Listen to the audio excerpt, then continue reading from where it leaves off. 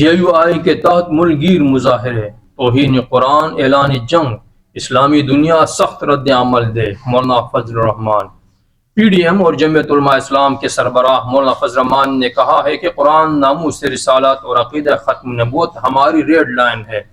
Sweden نے قرآن کی بے حرمتی کر کے ہماری ریڈ لائن کراس کی ہے۔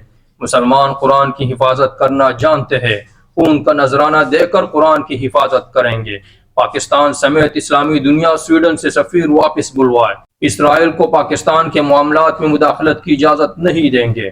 پاکستان میں اسرائیل کے ایجنٹس کی کوئی جگہ نہیں ہے۔ اسلامی دنیا کے اجتماعی رد عمل اور سفیروں کو واپس نہ بلایا گیا تو ہر جمعہ احتجاج ہوگا۔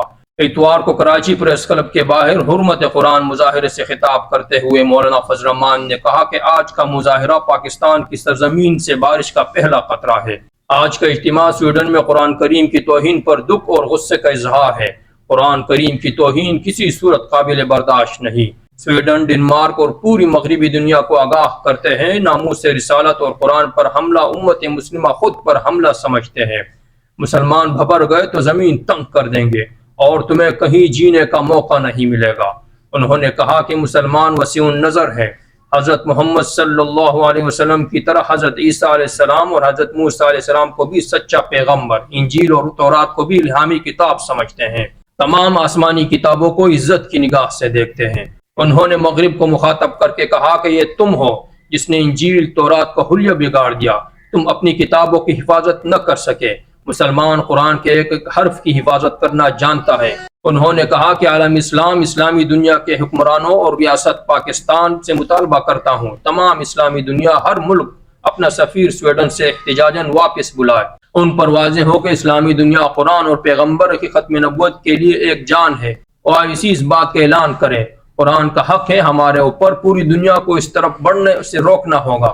ادھر جمعیت علماء اسلام کے قائد مولانا فضل الرحمان کی ہدایت پر ملک کے دیگر شہروں کی طرح سکھر میں بھی کارکنان کثیر تعداد میں سویڈن میں قرآن مجید کی مسلسل بے حرمتی کے خلاف ریلی نکالی اور سکھر پریس کلب کے سامنے احتجاجی مظاہرہ کرتے ہوئے شدید نعرے بازی کی۔ شرکاء نے ہاتھوں میں مذمتی پلے کارڈز اور بینرز اٹھا رکھے تھے۔ اس موقع پر رہنماؤں نے سویڈن میں قرآن پاک کی بے حرمتی کی شدید الفاظ میں مذمت کرتے ہوئے کہا کہ آزادی اظہار کا حق دینا کسی مذہب کی توہین کرنا نہیں ہے۔ اسلام دشمن طاقت ایک بار پھر اسلام کے خلاف مختلف ہتھ کنڈے استعمال کر رہی ہے جو کسی صورت کامیاب نہیں ہوگی۔ دوسری جانب صوبائی دارالحکومت پشاور میں بھی JUI کے سربراہ مولانا فضل الرحمان کی کال پر پریس کلب کے باہر سویڈن میں قرآن پاک کی بے حرمتی کے خلاف احتجاجی مظاہرہ ہوا۔ مظاہرین نے سویڈش سفیر کو ملک بدر کرنے اور سویڈن کی مصنوعات کے بائیکاٹ کا مطالبہ کیا۔ مظاہرے میں JUI کے کارکنان اور شہریوں کی بڑی تعداد نے شرکت کی۔ مظاہرین نے سویڈن کے خلاف شدید نعرے بازی کی۔ اس موقع پر انہوں نے کہا کہ سویڈن میں دوسری بار قرآن پاک کی بے حرمتی قابل افسوس ہے۔ تحفظ قرآن ہمارے ایمان کا حصہ ہے۔